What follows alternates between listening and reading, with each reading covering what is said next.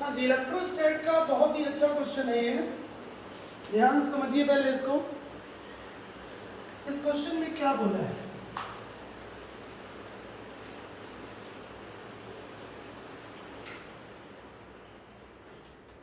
इस क्वेश्चन में क्या बोला है कि टू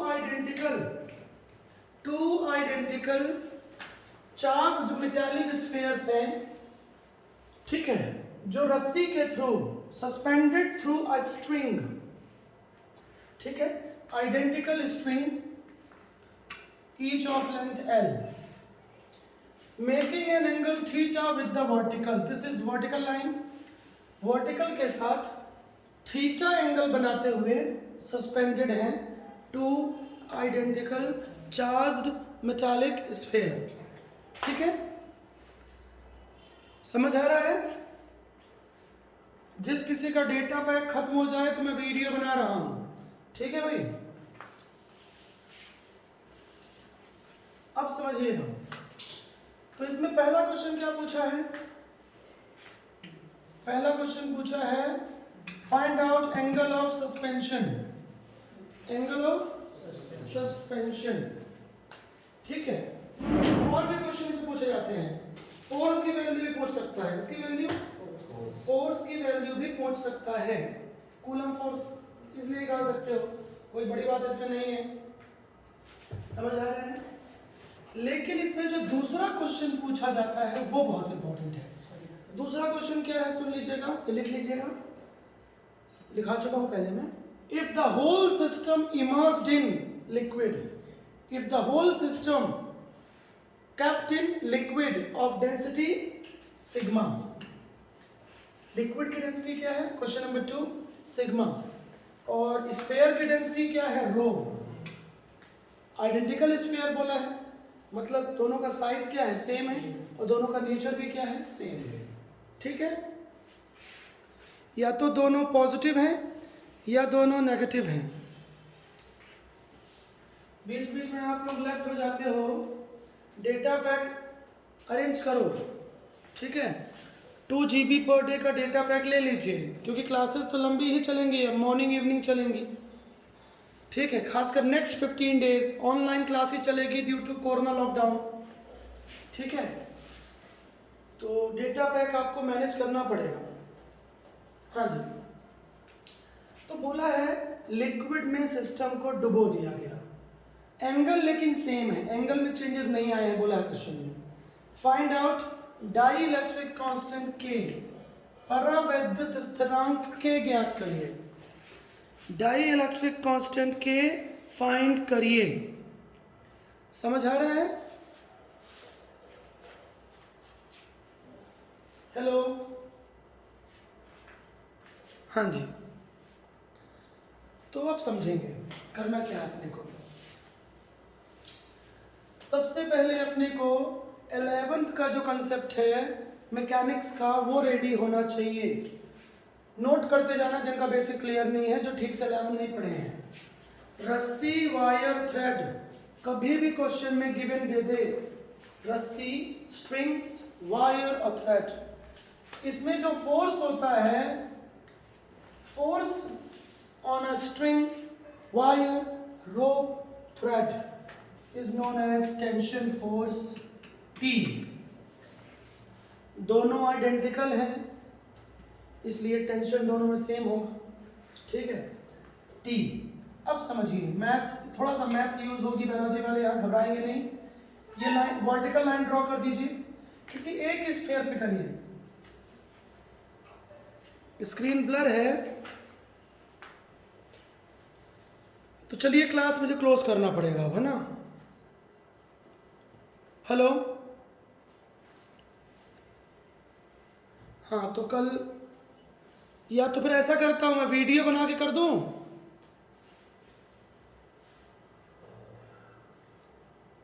हेलो, वीडियो मैं अपलोड कर दूंगा, देख लेना, एक ही क्वेश्चन तो है। हाँ तो देखो, तो रस्सी T के 2 कंपोनेंट्स होंगे, टेंशन फोर्स T के 2 कंपोनेंट्स होंगे। ये वर्टिकल लाइन ड्रॉ करेंगे, और वर्टिकल लाइन एक ही तरफ ड्रॉ करूँ क्योंकि दोनों स्फीयर आइडेंटिकल हैं। दोनों तरफ सेम कंसेप्ट आएगा, सेम एंगल बनेगा, सेम सब कुछ होगा। ठीक, अब समझिए, ऑल्टरनेट एंगल पढ़े हो मैथ्स में, ये एंगल थीटा है तो ये एंगल भी थीटा होगा, बिकॉज ये दोनों लाइन पैरेलल हैं, और जब भी लाइन पैरेलल होती हैं और इंटरसेक्ट करती हैं तो हमेशा एंगल क्या होते हैं, सेम, ऑल्टरनेट एंगल, एकांतर कोण बोलते हैं हिंदी में। ठीक, क्लियर हो गया। अब टेंशन टी, ध्यान से देखो फिगर, टेंशन टी के दो कंपोनेंट बनेंगे क्योंकि एंगल आ गया है।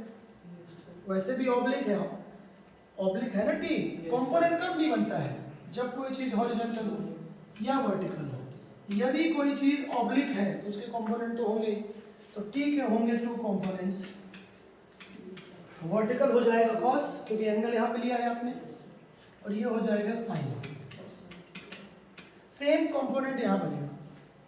समझ आ रहा है, सेम कंपोनेंट। सुनते जाइए भैया, सुनते, आवाज तो आ रही है ना,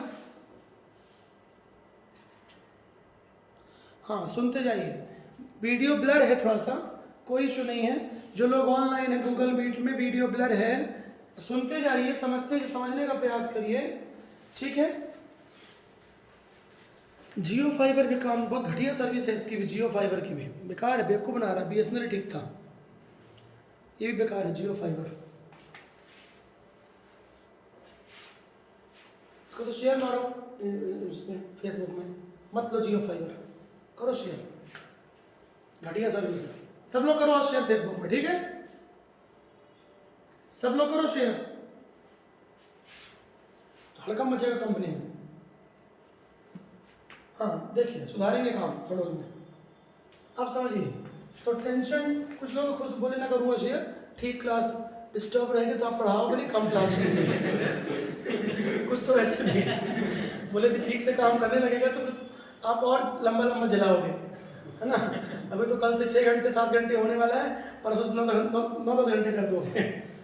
नहीं भैया, पैसे देते हो तो सर्विस अच्छी मिलनी चाहिए, इसलिए जियो फाइबर का काम अच्छा नहीं है। हाँ देखिए, समझ आ रहा है, T sine theta, two components हो गए, सिमिलरली यहाँ भी होगा। अब सुनिए, ये अभी तक इलेक्ट्रोस्टैट का कंसेप्ट नहीं पढ़ा हमने, ये तो लास्ट ईयर पढ़े थे हम लोग, ठीक। अब सुनो, दोनों both spheres are identical in nature, इसका मतलब क्या हुआ, दोनों के बीच रिपल्शन फोर्स भी होगा। रिपल्शन फोर्स मींस एक दूसरे के अगेंस्ट। कौन सा रिपल्शन फोर्स होगा, कूलम, क्योंकि टू स्फीयर्स हैं। नहीं समझे, समझ रहे हो कि नहीं समझ रहे हो, ठीक है, ठीक। तो इन दोनों के बीच कूलम फोर्स भी होगा, ठीक। अब फिगर ध्यान से देखो, फिगर ध्यान से देखो, बॉडी का वेट ऑलवेज किधर होता है, डाउनवर्ड्स, स्फीयर का वेट डाउनवर्ड होगा।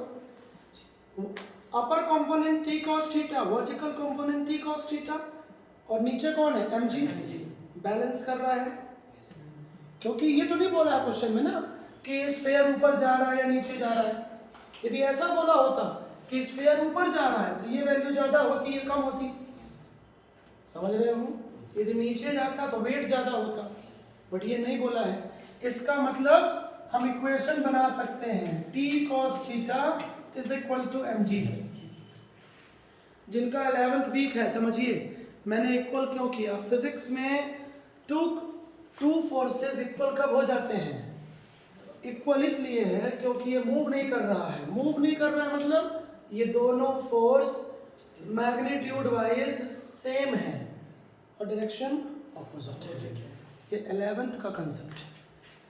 फिर भी किसी को नहीं बनता है तो मॉर्निंग वाला बैच 11th IIT मेडिकल का कल से स्टार्ट होगा, उसमें मैं फिर से सारी चीज़ें कराऊंगा। लेकिन सुनिएगा, वेक्टर और मोशन कराने के बाद मैं लास्ट वाले टॉपिक पहले पढ़ाऊंगा, जो लास्ट ईयर भी ठीक से नहीं पढ़ा पाया लॉकडाउन की वजह से, कोरोना की वजह से। कौन सा topic, wave oscillation heat of fluids, समझ रहे हो।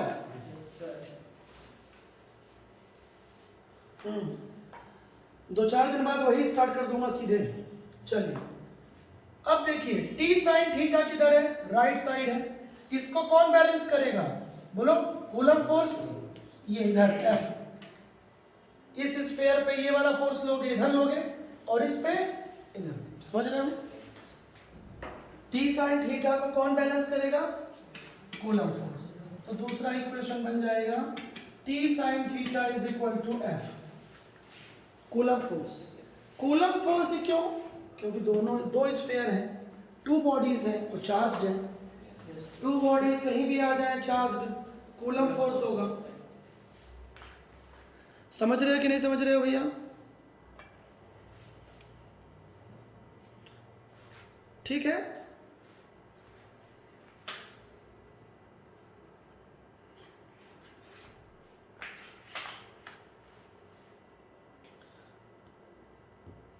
अभी देखो तो फ्रंट कैमरा मैंने ऑन किया है, दिख रहा है क्या?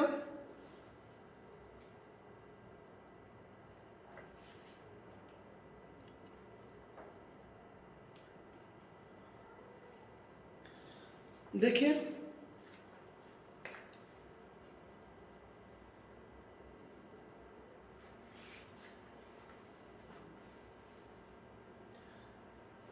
हाँ जी, चलिए ठीक है।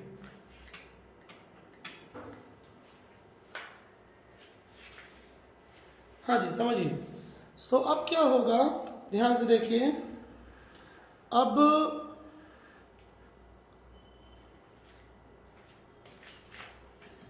दोनों को डिवाइड कर दीजिए, टी टी कैंसिल हो जाएगा, साइन अपॉन कॉस हो जाएगा टेन थीटा, कर लोगे ना? तो tan theta is equal to, ऐसे इक्वेशंस हम लोग लास्ट ईयर भी पढ़े हैं, तो tan theta is equal to F upon M G. बोलो वीडियो अभी भी ब्लर है क्या?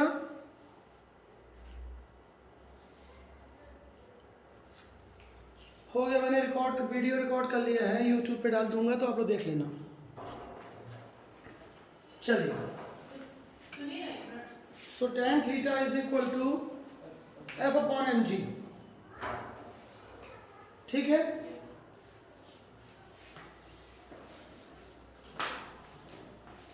हो गया, समझ हो गया, क्लियर है? हाँ जी।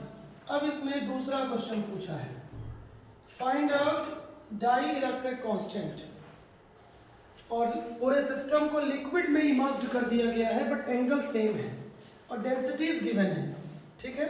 तो मैं फिर से फिगर बना दे रहा हूं, two identical sphere, density sigma, किसकी बोला है? लिक्विड की ना, सॉरी, लिक्विड की डेंसिटी सिग्मा बोला है, लिक्विड की सिग्मा लिक्विड की डेंसिटी है, लिक्विड डेंसिटी, बाकी सब कुछ वही होगा, कंपोनेंट पढ़ चुके हैं, बार बार एक्सप्लेन नहीं करूंगा, ठीक है? हाँ जी, लिखिए, when immersed in liquid tan theta dash, angle तो सेम है तो वही इक्वेशन आएगा, एंगल सेम है, सिर्फ मैंने डैश लगा दिया है, ठीक? थीटा डैश पे नहीं लगाना चाहिए क्योंकि एंगल तो सेम है, बट क्यों लगा दिया है? जिससे आप समझो कि ये बाद की बात हो रही है, after immersing in the liquid, so theta dash is equal to same, क्यों? गिवन है भाई, लिख लो। हाँ, अब यहाँ पे खास बात ये है जो आपको दिक्कत क्रिएट करेगा, आपने पढ़ा नहीं है, पढ़े तो लास्ट ईयर पढ़े हो, याद है Stokes law? Stokes law, surface tension, जब किसी बॉडी को, आर्किमिडीज प्रिंसिपल, जब किसी बॉडी को लिक्विड में इमर्स्ड कर देते हैं, लिक्विड में, तो क्या होता है? बोलो, अपथ्रस्ट फोर्स काम करता है, बियॉन्ड फोर्स, उत्प्लावन बल, और लास्ट ईयर पढ़ाया हूं, यहाँ पे ड्राइव नहीं करा पाऊंगा, मॉर्निंग बैच में कॉम्पिटिटिव वाले टॉपिक्स चलेंगे, यहाँ लिख लीजिए, ये फॉर्मूला पढ़ाया था लास्ट ईयर। Yes sir. आया कैसे है ये समझा दे रहा हूँ शॉर्ट में। नेट फोर्स निकालेंगे,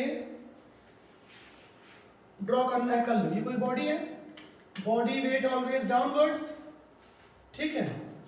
अपथ्रस्ट फोर्स ऊपर लगेगा, अपथ्रस्ट, अपथ्रस्ट, याद है? तो अपथ्रस्ट माइनस वेट। फिर क्या करेंगे? अपथ्रस्ट फोर्स क्या होता है? जब कोई बॉडी लिक्विड में गिरती है तो वहां का लिक्विड डिस्प्लेस होता है ना? Force produced by displacing the liquid, पता है ना? लिक्विड को डिस्प्लेस करने के बाद जो फोर्स प्रोड्यूस होता है हमेशा ऊपर की ओर होता है, उसको बोलते हैं अपथ्रस्ट। V सिग्मा जी माइनस V रो जी, लास्ट ईयर पढ़ाया, कॉपी के साइड में लिख लो, बस इससे ज़्यादा नहीं कर पाऊंगा एक्सप्लेन।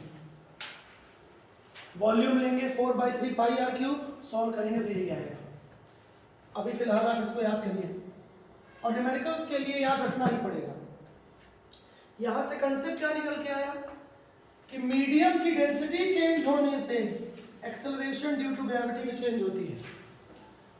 देखो ना चेंज हो रहा है, जी डैश, जी की वैल्यू तो फिक्स होती है 9.8, लेकिन मीडियम की डेंसिटी चेंज होने से चेंज, तब ना फॉर्मूला अलग से आ गया।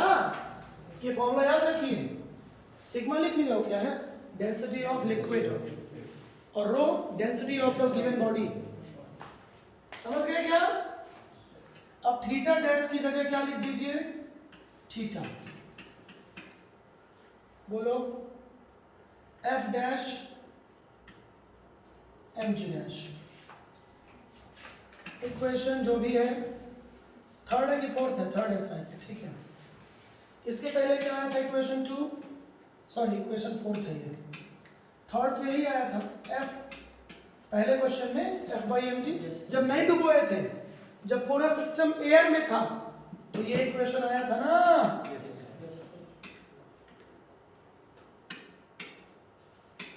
हटा दिया क्या ये कंपोनेंट? जब system when system was in air, derive करेंगे, इन दोनों इक्वेशन को डिराइव किया था कुछ देर पहले यार। हाँ जी, इक्वेशन 3 याद दिला रहा हूं, ठीक है। और अभी क्या आ गया? tan theta dash F M G dash, equation number 4। Theta dash मत लिखिए, थीटा कर लीजिए, क्यों? एंगल तो सेम बोला है ना यार। हाँ बस खत्म हो गया। एक प्रॉब्लम और है, एफ डैश क्या लेंगे? हाँ तो एफ डैश कुछ नहीं लेंगे, पढ़ा चुका हूँ। K इज इक्वल टू, याद है, force in air upon force in medium. तो फोर्स इन एयर क्या है? F, और फोर्स इन मीडियम क्या है? Medium means liquid, F dash. पढ़ा चुका हूँ, है ना? Air, force in air, force in medium is equal to direct constant. तो सो F डैश क्या हो जाएगा? F डैश हो जाएगा F बाई के, इक्वेशन 5। F डैश पुट करिए, F बाई के। समझ रहे हो यार? नहीं है difficult problem, quality question, quality problem है, आईआईटी में आता है, बट मुश्किल नहीं है, कंसेप्चुअल है। बोलिए। So tan theta F by K upon M G dash, equation number 6। अब क्या करना है? कुछ नहीं करना है। इक्वेशन थर्ड क्या आया था? tan theta equal to F by M G आया था। जी डैश की वैल्यू पुट करो यहाँ पे, बहुत बड़ा इक्वेशन, बड़ा सा इक्वेशन आएगा। m, जी डैश की वैल्यू क्या है? जी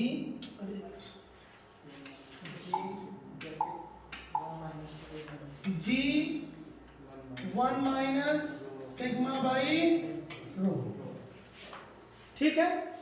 एफ डैश एफ बाई के, क्लियर है? अब इक्वेशन बनाते जाओगे तो 50-60 इक्वेशन बन जाएंगे, सेंचुरी मार दोगे सचिन जैसे। एफ बाई के, इक्वेशन 7। अब क्या करेंगे? लिखो फ्रॉम इक्वेशन 3 एंड 7। इक्वेशन 3 क्या था? ये था, इन एयर, जब सिस्टम एयर में था, ठीक है। बस दोनों को इक्वेट कर देना, इक्वेट कर दोगे, लेफ्ट में आएगा F by M G, right में क्या है? F by K M G 1 minus sigma upon rho, यही है ना? हाँ जी, इसको कैंसिल कैंसिल कैंसिल कैंसिल आ गया। के निकाल लीजिए, क्या निकालना है क्वेश्चन में? के निकालना है ना? Sigma upon sigma minus rho आएगा शायद, देख लो आंसर चेक कर लो। नहीं, rho upon rho minus sigma, यही है? हाँ यही आएगा। एलसीएम ले लो, मल्टीप्लाई क्रॉस मल्टीप्लाई, एलसीएम लेते आता है ना, rho minus sigma upon rho, cross multiply हो। एलसीएम आता है कि नहीं आता है? बस अब सुनिए, ये याद रख लो तो ज्यादा अच्छा है, क्योंकि टाइम बचेगा उससे न्यूमेरिकल्स में। हाँ अच्छे से लिख लेना। रो क्या है? Density of the given body, sigma density of the liquid. तो मोटा मोटा मैं बोलूं तो इसमें दो कंसेप्ट हैं, कंपोनेंट ऑफ टेंशन, रस्सी के दो कंपोनेंट हो गए, टी कॉस टी साइन, वहां से tan थीटा निकाल लिया दोनों को डिवाइड करके, और उसके बाद कुछ नहीं है, मीडियम में डुबो दिया गया। तो ये आपको याद होना चाहिए, G dash is equal to 1 minus sigma upon rho. आया कहां से है ये? राजोबाहु, कंसेप्ट ऑफ अपथ्रस्ट फोर्स। ठीक है, तो आज की कहानी यही खत्म। Good night, tata bye bye.